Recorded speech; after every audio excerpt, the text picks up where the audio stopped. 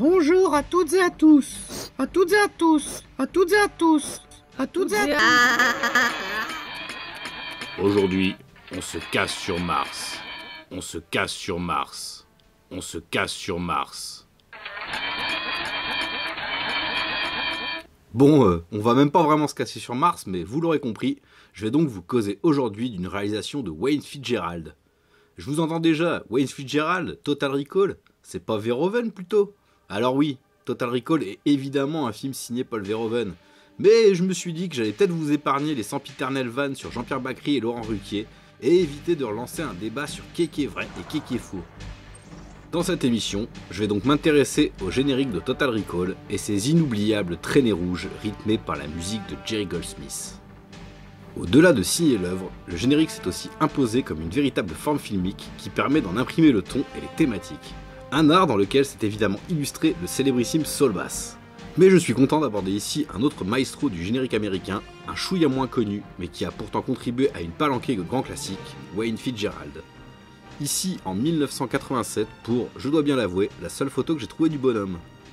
Travaillant sur des séries telles que The Beverly Hillbillies ou Maverick, ainsi que sur des films comme My Fair Lady, Cat Ballou ou La Soif du Mal, rien que ça, Wayne Fitzgerald n'inscrit pas encore son nom dans les crédits qu'il fabrique, mais son talent est vite repéré et explose notamment grâce aux inoubliables génériques de Bonnie and Clyde et du Lauréat.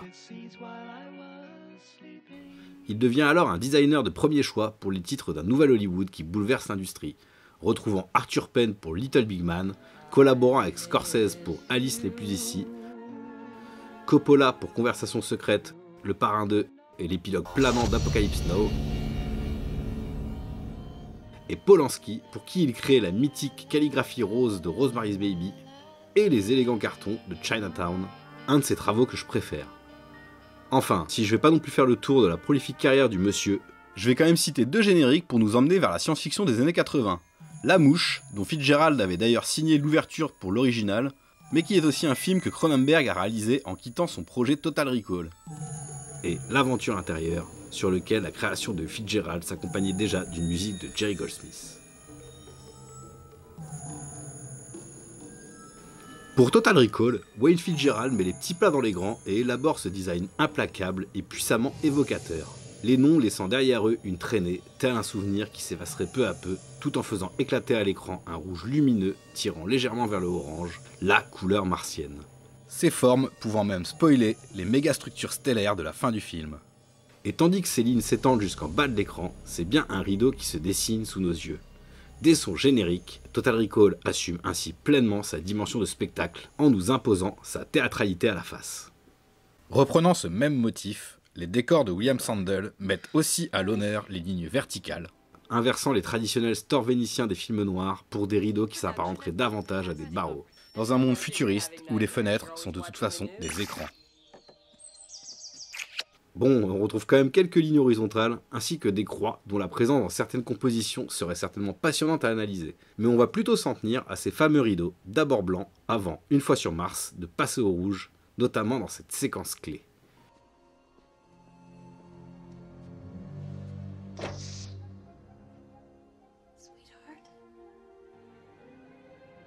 Une séquence qui n'hésite pas à invoquer l'un des films les plus influents de toute l'histoire du cinéma.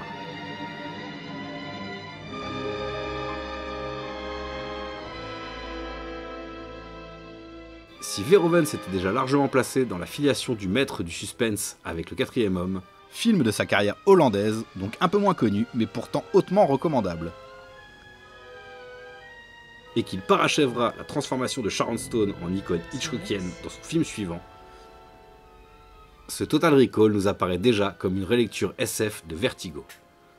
En effet, dans les deux films, on se retrouve plongé dans une intrigue tarabiscotée aux confins du rêve et du fantasme. Dans les deux films, il est aussi question de lever un voile sur le fonctionnement de l'industrie à rêve hollywoodienne, voire carrément d'en mener une psychanalyse, passant notamment par la représentation de deux femmes, une blonde et une brune. Et c'est bien dans cette scène que Verhoeven confronte le plus directement son film à celui d'Hitchcock, accordant une place esthétique centrale à ces fameux rideaux, rouge dans Total Recall, vert dans Vertigo. Un vert qui ne serait d'ailleurs pas sans rappeler d'autres rideaux, ceux dissimulant les tours du Magicien d'Oz, pour un autre classique interrogeant aussi le pouvoir du cinéma via le rêve, I am the great and powerful Wizard of Oz. Bon, c'est peut-être moi qui vois du Magicien d'Oz partout. Mais tant qu'on y est, j'en profite pour évoquer une toute autre œuvre, a priori bien éloignée des blockbusters de Verhoeven, se réclamant, elle, clairement du Magicien d'Oz, mais également de Vertigo. Une œuvre usant aussi du rêve pour montrer l'envers du spectacle et s'attaquer à la psyché hollywoodienne, tout en accordant une place de choix au rideau dans son esthétique.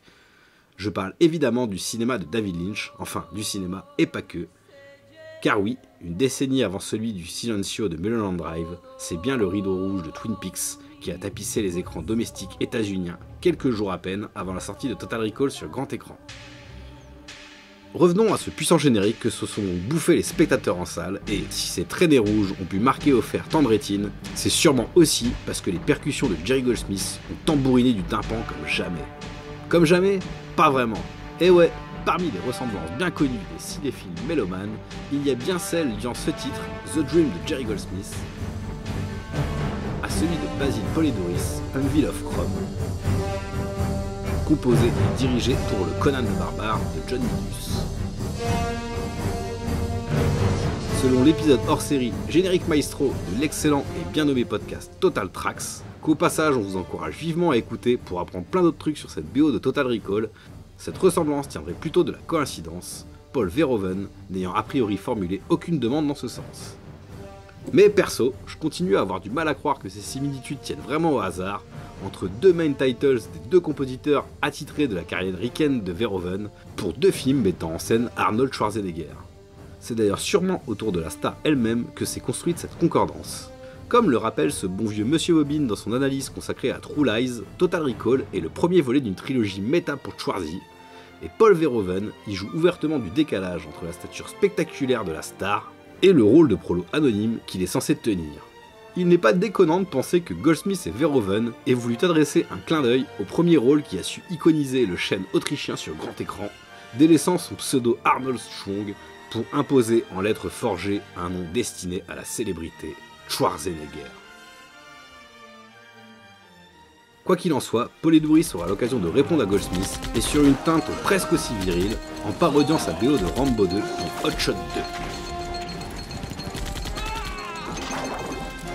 Une parodie qui reprend d'ailleurs une dynamique sentimentale étonnamment proche d'un film qu'il qualifie le plus sanglant de tous les temps. Verhoeven, lui, s'attaquera donc de nouveau à une variation autour de Vertigo avec Batting Instinct, pour lequel il retrouvera d'ailleurs Jerry Goldsmith à la baguette, mais aussi Wayne Fitzgerald pour un générique de nouveau magnifique, mais que malheureusement l'artiste n'a pas pu vraiment finaliser tel qu'il le souhaitait. Mais ça, on y reviendra peut-être dans une prochaine émission. Bon, on va pas non plus se quitter sans une petite anecdote des familles. Alors, vous l'avez peut-être pas repéré, mais une faute d'orthographe s'est glissée dans le générique de Total Recall. Et ouais, vous l'avez même vu passer sous vos yeux dans cette vidéo où Hérésie, on n'a pourtant pas du tout abordé le célèbre auteur de la nouvelle originale Souvenir à vendre. Et oui, c'est bien le prénom de Philippe K. Dick qui se retrouve ici mal orthographié, Philippe s'écrivant avec un seul et non pas deux L. Mais pourtant, si l'orthographe de l'écrivain est bel et bien malmenée, il ne s'agirait pas d'une erreur. Du moins, pas d'une erreur du générique lui-même, puisqu'apparemment, la faute apparaissait déjà sur le contrat racheté à Dino De Laurentiis par Mario Kassar, et, pour des raisons légales, c'est donc ce Philippe avec deux L que Carolco se devait de faire figurer au générique du film. Si son prénom n'a donc pas été respecté, Verhoeven a néanmoins réussi, malgré l'ampleur de la production et sa dimension purement commerciale, à ne pas trahir l'auteur Philippe K. Dick. En effet, fort du scénario de Dan O'Bannon et Ronald Shusett, oui, le duo à l'écriture d'Alien, il met en place un puzzle mental qui n'a pas trop à rougir face à celui développé par Dick dans sa nouvelle. Et si le film est assurément plus spectaculaire et moins kafkaïen que Souvenir à vendre, c'est que Verhoeven a sa façon bien à lui d'entraîner le spectateur dans sa spirale. Suivant les préceptes du maître Hitch qui disait des films qu'ils ne devaient pas être des tranches de vie mais des tranches de gâteau, il profite d'être sur la planète Hollywood pour nous concocter de bons gros burgers saignants. Et si les films du Hollandais violent sont souvent vus comme contestataires, ces productions hollywoodiennes n'en cochent pas moins à la lettre, et on pourrait même dire avec une gourmandise rare en ce qui concerne les effets spéciaux, mais aussi le sexe et la violence, et les exigences des genres qu'il a pu investir. Et si ces total spectacles ont ainsi rempli les salles, ce n'est probablement pas parce que le public aime qu'on lui fasse la morale. Malgré toutes les ambiguïtés de ses récits, Verhoeven, lui, montre surtout sans phare. Il y a toujours un aspect où la réalité rencontre le fantasme. On voit ça dans De Wiedemann, etc. Oui, mais en fait, tout est toujours très ancré dans le réalisme. Votre cinéma est profondément réaliste. Mais c'est un réalisme cru, c'est un réalisme... Non, c'est un réalisme... Il n'y a pas un réalisme cru. Ça n'existe pas. La réalité est crue. Et si la réalité crue de Total Recall n'était pas tout simplement qu'il s'agit d'un parfait produit de l'industrie du divertissement américaine? Parce qu'après tout, par leur pouvoir de nous faire vivre les aventures les plus folles en s'identifiant à des agents secrets buddy buildés, les films ne sont-ils pas justement des souvenirs à vendre?